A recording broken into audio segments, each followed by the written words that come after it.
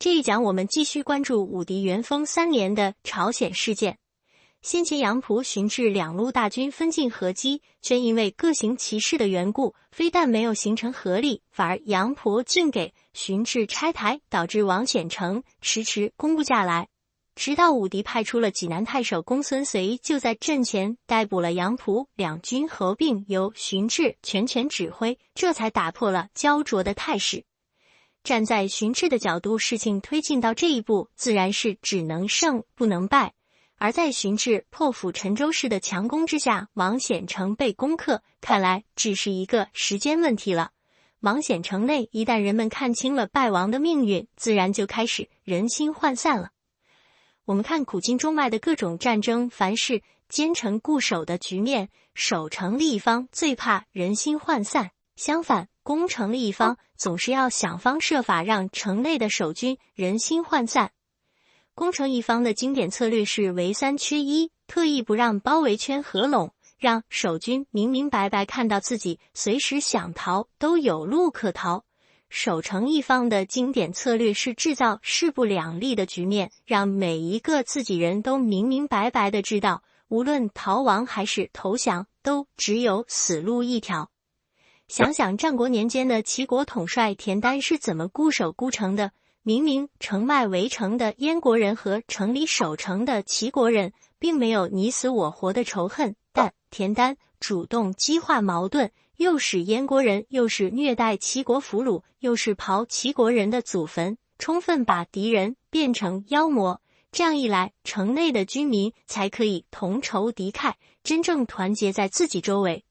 现在摆在朝鲜国王魏右渠面前的，其实正是这样一个问题。假如魏右渠有足够的历史经验，知道田丹的守城案例，当下就是照方抓药的时候了。但魏右渠并没有，他甚至没有察觉到自己身边的高级官僚们已经在交头接耳，准备抛弃自己了。先是几名高官出城投降，不久之后又有高官刺杀了魏右渠，出城投降。但是魏右渠死了，朝鲜大臣程嗣继续坚守王显城。最后是先前投降的官员出面晓谕朝鲜百姓，杀了程嗣，这场仗才算结束。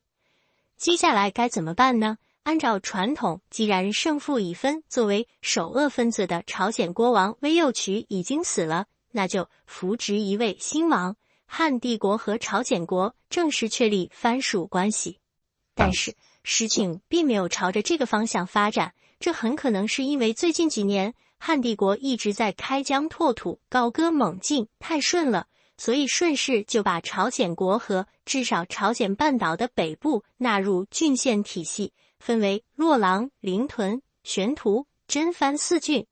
洛郎郡的郡治在今天的朝鲜平壤附近，大同江南岸还能看到当年洛郎郡治的遗址。临屯郡和玄图郡也都在今天的朝鲜境内，只有真番郡的地理位置依然存疑。借用日本学者西岛定生的概括，有北方和南方两种说法。支持北方说的学者认为它位处鸭绿江中游地区，支持南方说的学者则认为其位处今庆尚北道地区，或者在今中清南道和全罗北道中间。简单理解，如果采信南方说，那么就连朝鲜半岛的南部的主体部分也归入汉帝国的直辖郡县了。后来朝鲜4郡虽然历经变迁，但是自从武帝设置4郡以来，此后4个多世纪，朝鲜半岛的北部一直在中原政权的直辖之下，直到被高句丽攻占。武帝当然要给功臣加官进爵，但蹊跷的事情出现了。封侯的一批人竟是朝鲜投降派守功之臣荀炽，反而不在功臣表单里边。荀炽被召回长安，武帝问了他一个争功极禄、破坏作战计划的罪，把他杀了。对杨仆的发落稍微倾泻，说他争功抢跑、损兵折将，也是斩首的罪过，但皇恩浩荡，准他缴纳罚款，赎回性命，贬为平民。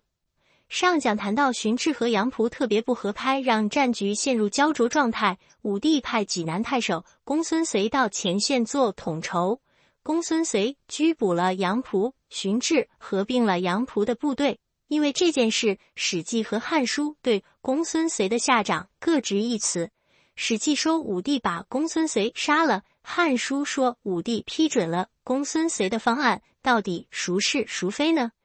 从当下荀质和杨仆的下掌来看，《史记》正确的可能性更高。因为一来如司马光分析的那样，既然荀质被问了死罪，那么公孙燧既然站在了荀质一边，以自己变异形式的特权帮助荀质拘捕了杨仆，显然要和荀质同罪。二来史料交代主要人物的结局，荀质被杀，杨仆赎为平民，却没有提公孙燧什么事儿，那么大概率上只能是因为公孙燧先荀质一步已经被杀了。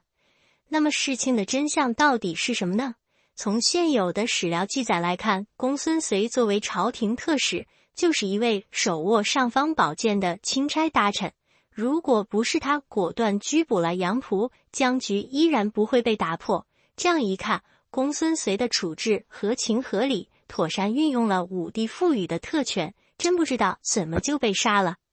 荀质的做法同样挑不出毛病，从头到尾敢拼敢打，也看不出他有和杨仆争功的迹象。后来之所以伙同公孙燧拘捕杨仆，实在是杨仆的表现不得不让荀质和公孙燧生出怀疑。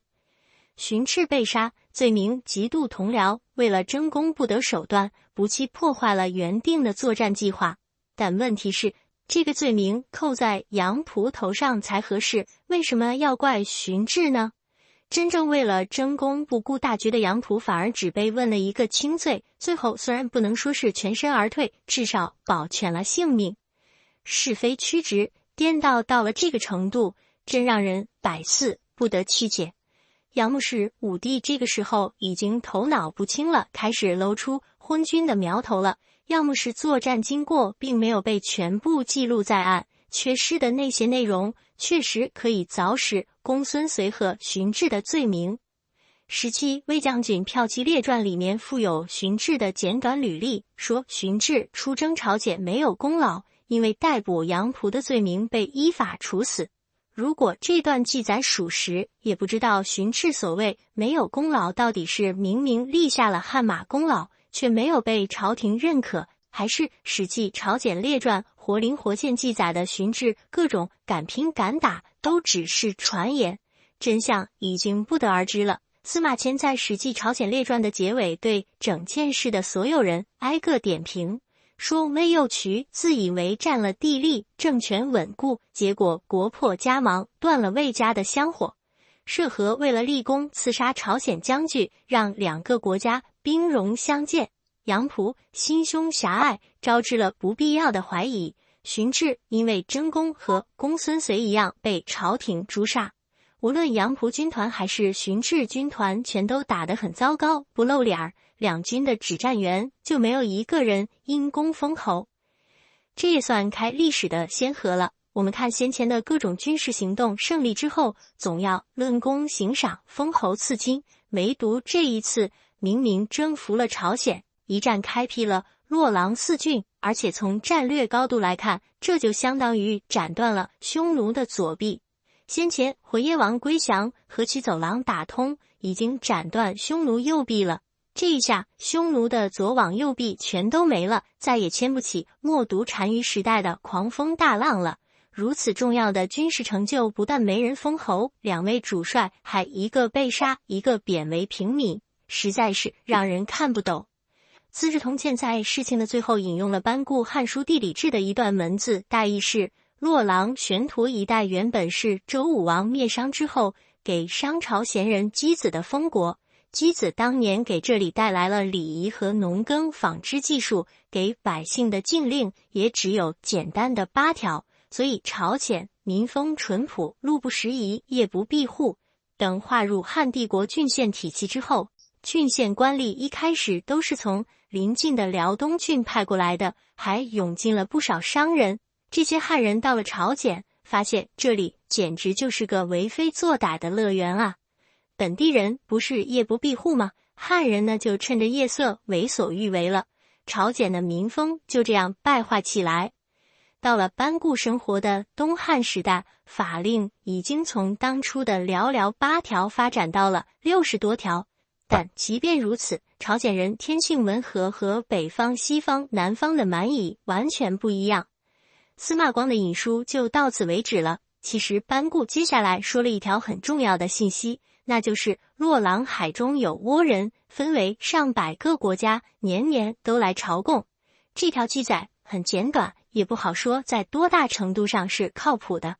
后汉书·东夷传》有更加详细的记载，说武帝灭掉朝鲜之后，在大海之外的100多个倭国政权当中，有30几个国家和汉帝国通使，倭国统治者在国内都称王，这是他们的传统。大倭王住在野马台国，距离洛郎郡的边境12000里，这就意味着汉帝国征服朝鲜，相当于打开了一个向东的通道，和日本列岛的各个倭人政权取得了联系。